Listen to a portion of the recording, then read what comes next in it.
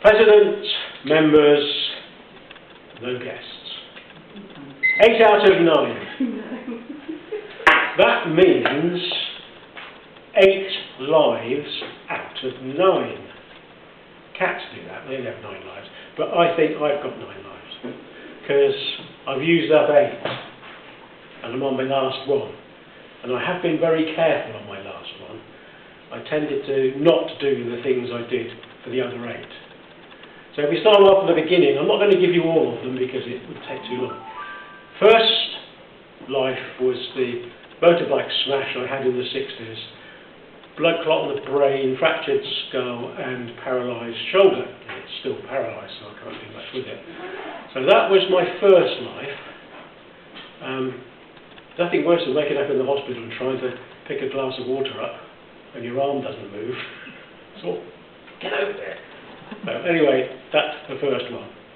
We go on to the second one, and the second one was really, really, really bad, and that was explosion in Newcastle. I was working on the Tyne and Wear Metro, and I was doing some experiments on stopping the electricity flowing from the gas mains to the electrical pylons.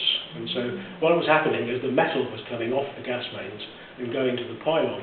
So they were getting thinner and thinner and thinner, and they were quite dangerous. So I was working on how to fix that, and I was on top of the building with them, and there was this huge explosion from one of the pipes, straight into my face, and knocked me flat on my back. And I got up and looked, and everything went white. And I thought, well, you can't move there because all these things fall down. And so I had to wait for someone to come and get me, which wasn't pleasant. And then a month in hospital, blind. And my first meal in the hospital was spaghetti bolognese. When you're blind, it's not exactly easy to eat. So, moving on. You don't see the mess. Yeah, well, you don't see the mess, no, but it's getting your hands covered in it. So then the next one is in New Guinea. New Guinea, I was teaching in a technical school, and I had these chemicals that we were doing testing, showing the effects of sodium. And that was fine. Went back into the lab store, and one of the boys was putting stuff away, and he picked the sodium up and plonked it into the phosphorus jar. So it immediately started going woof. So I got hold of it, and as I threw it, it left me a hand and it exploded. And I ended up with 3rd-degree burns on my leg, and my hands were also covered in stuff. Well, that was all right. I mean, the adrenaline kicked in, and I was okay. Got to the hospital, which was not a hospital, clinic, and they didn't have any bandages. So we were going to have to use Elastoplast and pads. But worse than that, I said, look, they're a mess, they need cleaning up. Don't use water-based gentian violet. Oh yeah, right. So it came back, which I thought was spirit-based. No, it was water-based. Because when they put it on, my hands all burst into flames again. So anyway, that was a silly one. That's another one out of the way. Let's see, let me move on to, move on into our friends in Libya. So when I was in Libya, I was doing a project researching how bad the maintenance was in that particular plant. And it was bad. And I went to the main gate with my translator to go into the plant. And he said, oh, do not react. I was like, why? Don't react. So we were standing there, and this guy who was Dad's army, ancient Libyan soldier with his AK-47, he came at me, right in front of my nose with his AK-47, and then he started ranting and raving. So I stood and thought, don't react. And after a couple of minutes of him swearing away, he walked off.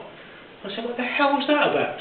He said, he likes frightening Europeans, and if you reacted, it'd get worse and worse until he started beating you. So I think, oh, thank you. So that was a near miss again. So, yeah. And then we go on to, let's go for Liberia. Liberia was a good one. Liberia, dear, what a mess. No electricity. So you had to have generators, you know, the sort of big things.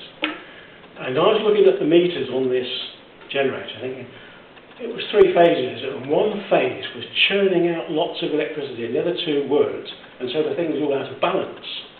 And I'm thinking, well, how the hell can that be that bad? So people are stealing our electricity. Oh yes. So I got a metal detector, I went along the walls, and there they were, wires, going across the field to all those houses. So I got the police to come, and we went across the fields with a lad called Boy, and we went across, and he was translating to the people who didn't speak English about what a load of thieves they were. And fine, we stopped all of that temporarily for the next time. But the next day, Boy came to see me, and he said, I'm in trouble. I said, can you come and talk to these people and tell them that it wasn't me that found the wires and did it all? I said, yeah, it was me. He said, well, can you tell them that? So I went with him. I said, who are we seeing? He said, oh, it's the godfather of the area. So this is #1 killing machine of the area. So we go into his office, and he's sitting there, and he's sort of having a real go about Boy. And I said, well, no, it wasn't him, it was me. You know, I'm the one that found the cables and called the police and got them to arrest everybody. Nothing to do with him, he was just translating.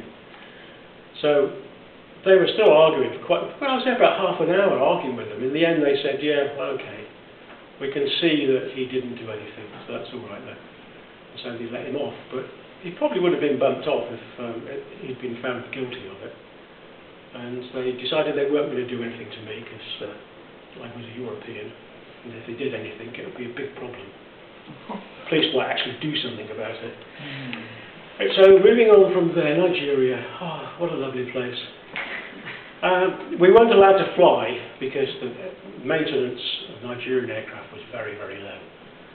And so we had to drive. So I drove from a place up in the top north, which was Kano, down to Abuja, which was roughly middle, the capital. On the way down, we were driving, and lo and behold, in front of us was a group of vehicles all parked across the road. So I thought, what's happening here? So we stopped, and they came over and said, look, there's a gang of bandits up ahead, and what we're going to do, everybody gets into a convoy, and we go through flat out, you know, really hammer it. So we did. Hammered through the road, and suddenly they started shooting at us, you know, there's AK-47s mostly. And you could hear bullets bouncing off the vehicles and fizzing noises as they go through the vehicles. And then suddenly, massive, heavy arms opened up. And it was the Nigerian army. They turned up and absolutely decimated the bandits because they had much better weapons. So we just kept driving, didn't stop, just kept driving. Then, who's the last? Oh, the Congo. Democratic Republic of Congo. Murder and rape capital of Africa. It really is horrendous. One day I was supposed to go to a rural police station to sort out some of their data systems, and they said you can't go because they've got rocket propelled grenades up there at the moment and your armoured car won't take those. So, alright, so what are we going to do? So, we'll go to a friend of mine's, Colonel Caesar, who's got a base up there somewhere. So we went for this drive along the border. And that's what we were driving along the border. I mean, we were in an armoured car, but you could still hear the bullets go ding, ding, and then some of them would go through. I'm thinking, you know, why are we doing this? Well, he said, I thought you wanted to see Colonel Caesar. Anyway, we got there, Colonel Caesar, in his room. He had a bed and a mass, absolute mass of weapons. Everything you can think of. And so I said, why is all this in here and not out there with your troops? You don't think I'm going to let them have them? Wait till the shooting starts and then they can have them.